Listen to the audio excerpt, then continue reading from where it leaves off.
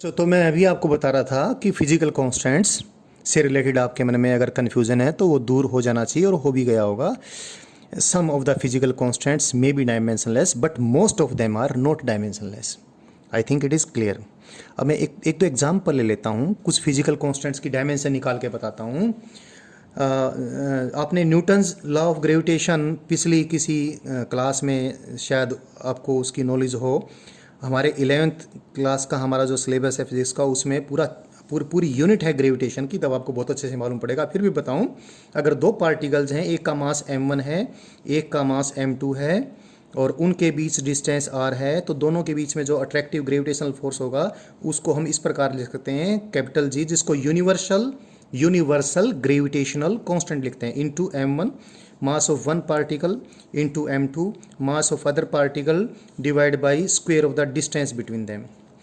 This g is universal constant, अख्खे ब्रह्मांड के अंदर ये कांस्टेंट है और ये फिजिकल कांस्टेंट है। इसकी डायमेंशन बहुत लंबी चौड़ी है, जो भी है भी निकाल लेंगे, वे डायमेंशनलेस नहीं है। इस एग्जांपल से आपको क्लियर हो जाना चाहिए कि फिजिकल कांस्टेंट्स डायमेंशनलेस नहीं होते हैं। हो भी सकते हैं, कोई एक आध होगा, बट तकरीबन वो नहीं भी होते हैं। तो जी की डायमेंशन निकालें, क्या यूज़ करेंगे? होमोजेनिटी प्रिंसिपल को, यानी डायमेंशन एनालिसिस की हमारी बेसिक टेक्निक को। इस इक्वेशन में दोनों साइड की डायमेंशन सेम होनी चाहिए। एफ की डायमेंशन लिख दी बच्चों।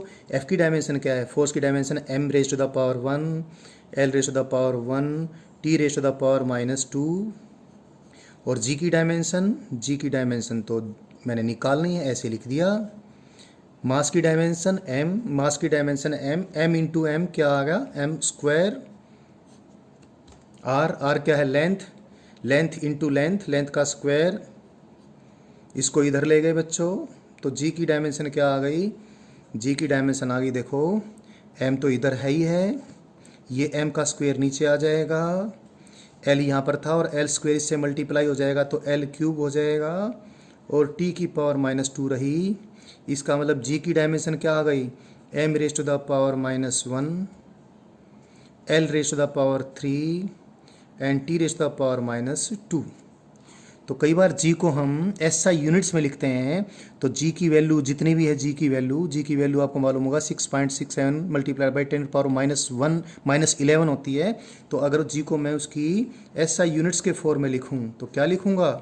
जो इसकी वैल्यू आप बाद में जानेंगे, 6.67 मल्टीप्लाइड बाई 10⁻11। अब देखो kg -1 मीटर क्यूब, और ये सेकंड की पावर -2, या फिर इसको न्यूटन्स वगैरह के फॉर्म में भी लिख सकते हैं। इसको ऐसे भी लिख सकते हैं, g की SI यूनिट कैसे निकाल दूं? पहले तो इसकी न्यूमेरिकल वैल्यू लिखूं, 6.67 इंटू 10⁻11, और ये क्या है? न्यूटन इंटू मीटर स्क्वायर और पर kg square. So g the universal gravitational constant, it is not simply A number. इसकी लंबी चौड़ी डायमेंशन बैठी है भाई। इसकी SI यूनिट इस प्रकार से ऐसे लिख लें, ऐसे लिख लें, एक ही बात है। तो एक चीज़ की लर्निंग आपको आई थिंक हो गई होगी कि फिजिकल कांस्टेंट्स को आपने ढंग से पूरे सम्मान के साथ उनको आपने ट्रीट करना है। ये नहीं आपने वैसे उनकी न्यूमेरिकल वैल्यू लिख के और छोड़ दिया। डायमेंशंस और यूनिट्स का आपने ध्यान रखना है। अब आगे चलते हैं बच्चों। मैंने कांस्टेंट्स एंड नंबर्स वगैरह के बारे में आपको बताया है। एक दो मैंने अच्छी एक्सरसाइजेज भी करवाई हैं आपको, जिससे आप इन चीज़ों को समझ सको। हाँ, अभी एक चीज़ और भी ऐसी है जो मैंने अभी क्लियर करनी है, वो भी अभी इस लर्निंग में शामिल हो जानी चाहिए। 10 raise to the power 2, 10 into 10 that is 100 हो गया।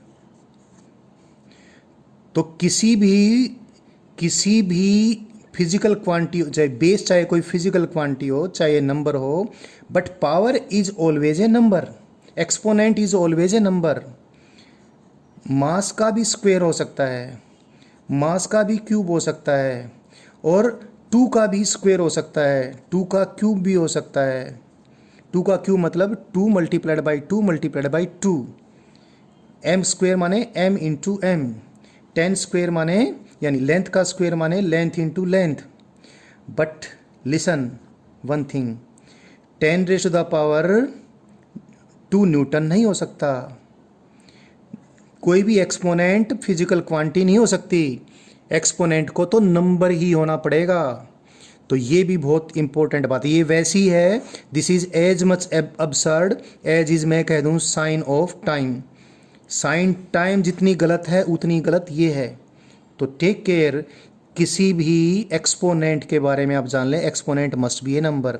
तो अब देखें ज़रा, सपोज हमारे पास कोई भी बेस है A, base I tell you, base can be a physical quantity and base can be a number, कुछ भी हो। इसकी पावर मैं अगर टाइम बना देता हूँ तो ये गलत है, क्योंकि पावर यानी एक्सपोनेंट तो नंबर होना चाहिए। तो इस टी के साथ कोई मल्टीप्लायर होना चाहिए। कैसे होना चाहिए कि मल्टीप्लायर और टी मिलके क्या बन जाए, ये नंबर बन जाए। अब आप बिल्कुल वैसे ही कर लेंगे तो k into T is dimensionless, इसका मतलब k की डायमेंशन वो होगी कि k और t की जो डायमेंशन हो वो क्या आ जाए, डायमेंशनलेस आ जाए, m0 l0 t0। तो k की डायमेंशन क्या आ गई, k की डायमेंशन आ गई t की डायमेंशन का इन्वर्स, t अगर टाइम है तो ये। ऐसे ही अगर कोई बेस है b और b की पावर सपोज क्या है, x है, और x कोई लेंथ है, तो ध्यान रहे वो गलत हो जाएगा। b की पावर अब kx हो सकती है, और ये तब होगा, कब होगा, जब k की डायमेंशन क्या हो, k की डायमेंशन हो x की डायमेंशन की उल्टी, x की डायमेंशन का इन्वर्स। और x अगर लेंथ है तो k की डायमेंशन क्या आएगी, लेंथ की डायमेंशन का इन्वर्स, यानी l raise to the power -1। तो आपने ये चीज़ भी ध्यान में रखनी है। इसके भी बिल्कुल वैसे ही क्वेश्चन बन जाते हैं हमारे, जैसे कि मैंने पीछे आपको बताए थे।